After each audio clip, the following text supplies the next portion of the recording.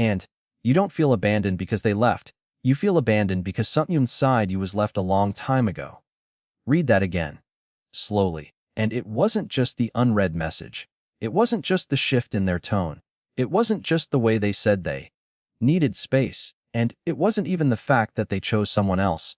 But your body reacted as if something catastrophic happened. Your chest tightened, your stomach dropped, and your thoughts spiraled. You couldn't focus. You checked your phone again, and again, and again, and the pain felt disproportionate.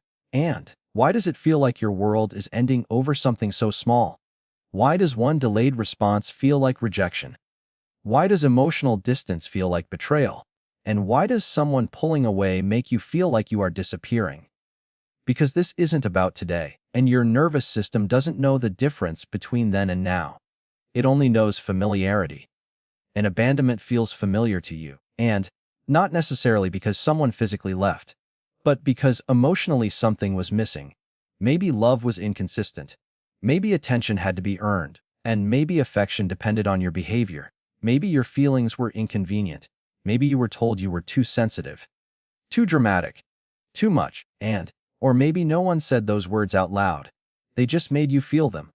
A caregiver who was physically present but emotionally unavailable, and a parent who loved you but didn't know how to see you.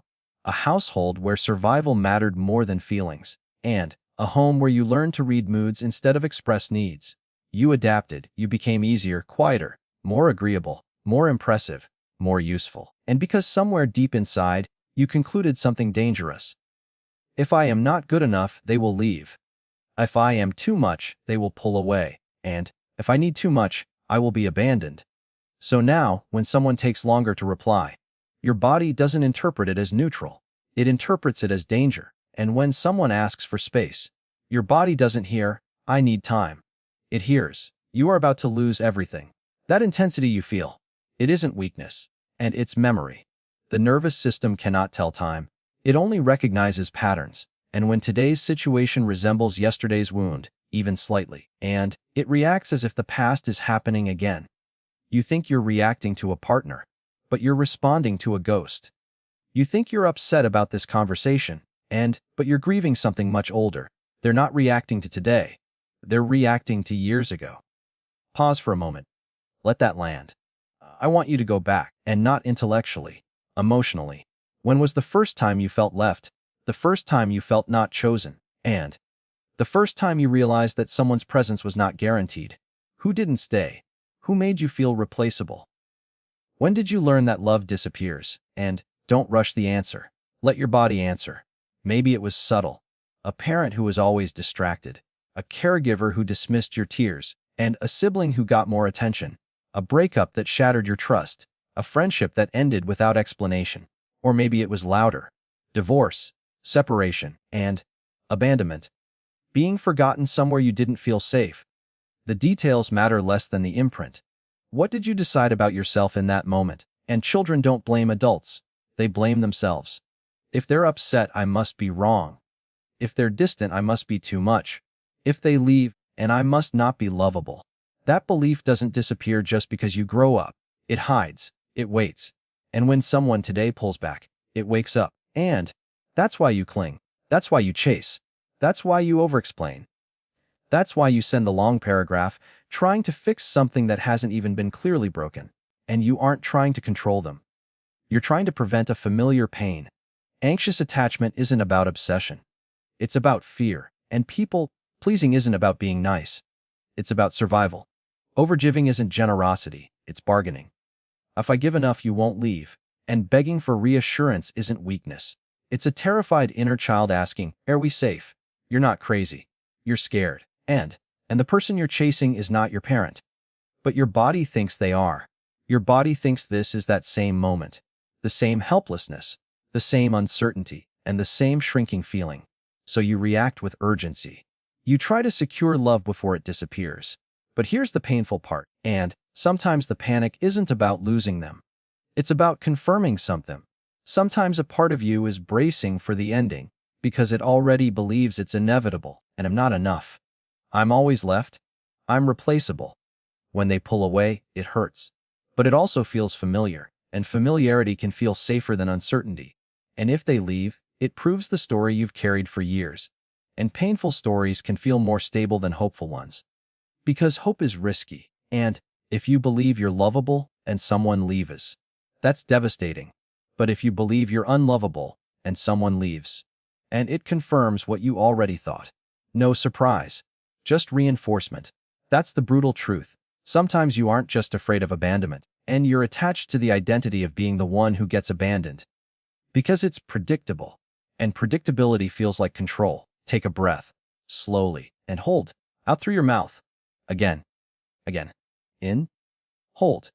Right now, I want you to close your eyes. If you can, picture yourself younger, and not the age you think you should pick. Let your mind choose. How old are you? Look at their face, their posture of. What are they afraid of? Don't analyze, and just notice. Are they scared someone is leaving? Are they trying to be perfect? Are they trying to stay quiet? Are they trying to be impressive? Go closer, and kneel down to their level. Ask them softly, what are you afraid will happen?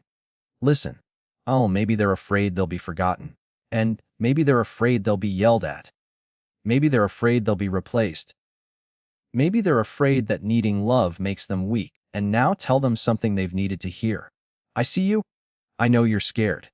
I'm not leaving you. Say it slowly. I'm not leaving you. Let that sink in. And, for so long, you've been trying to get someone else to promise they won't leave. But you haven't promised that to yourself, and abandonment wounds aren't healed by controlling others. They're healed by building internal safety. Internal safety means, and when someone doesn't text back, you breathe instead of spiral. When someone needs space, you don't collapse. And when someone leaves, you grieve without losing your identity. Healing abandonment doesn't mean people won't leave. People will leave. Relationships will end, and dynamics will change. Healing means their leaving won't destroy you, because you are no longer leaving yourself in the process. When you over-explain, you abandon yourself, and when you tolerate disrespect to avoid being alone, you abandon yourself. When you silence your needs to keep someone close, you abandon yourself. And your inner child feels that. They don't just fear others leaving. They fear you leaving them. Every time you override your boundaries for connection, and you reinforce the old wound. Self-soothing is not numbing, it's staying. Emotional regulation is not suppression, it's presence. When panic rises, sit with it, and feel where it lives in your body. Chest, throat, stomach. Put your hand there. Breathe into it. Tell yourself, this is old. Not in a dismissive way, and in a grounding way. This feeling belongs to a younger version of me. You don't have to act immediately. You don't have to fix it immediately. And you don't have to secure love immediately. You can sit and not die. That's powerful. Not reacting, not chasing, not proving, just staying. And you've spent years outsourcing your worth to whoever is closest. Waiting for their reassurance to feel okay. Waiting for their presence to feel stable. But worth that depends on someone else's mood is not worth. It's dependency, and dependency feels like survival.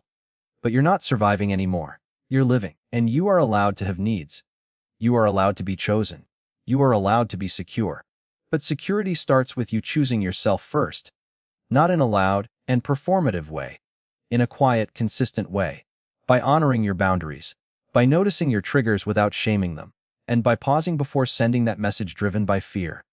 By asking yourself, what am I truly afraid of losing right now? Is it them? Or is it the illusion of being safe? And sometimes what hurts most is not losing the person. It's losing the role they'd in regulating your nervous system. They were your distraction, your validation, and your anchor. Without them, you feel exposed. But exposure is not abandonment, it's opportunity. Opportunity to build stability inside instead of chasing it outside. And you were never too much. You were just too alone with your pain. No one taught you how to sit with it. No one taught you how to soothe it. No one modeled consistency, and so you learned to scan for exits. You learned to anticipate distance. You learned to panic before proof. And now you're unlearning. Slowly, patiently. And this is not about becoming detached. It's about becoming secure. Secure doesn't mean you don't care. It means you don't collapse. Secure doesn't mean you don't feel fear, and it means fear doesn't control you. Tonight, instead of checking your 5, sit in the quiet. Notice what comes up. Loneliness, fear, anger, sadness, and let it rise. You can handle it. You are not that powerless child anymore. You are the adult now, and you can stay, even if others don't. Before you sleep, and ask yourself gently, what am I truly afraid of losing? Love? Or connection? Or certainty? And if they left tomorrow, would that mean you are unlovable? Or would it mean the relationship ended? Those are not the same thing. You are not your endings. You are not your rejections. You are not your abandonment story, and you are the one witnessing it. Healing is not dramatic. It's quiet. It's choosing not to send the text. It's choosing not to beg, and it's choosing to sit with discomfort and trust that it will pass. And it will. It always does. You don't feel abandoned because they left, and you feel abandoned because something inside you was left a long time ago, and now you're finally turning toward it. Not running, not chasing, not proving, and just meeting it. You were never too much. You were just too alone with your pain. And now, you're not leaving yourself anymore.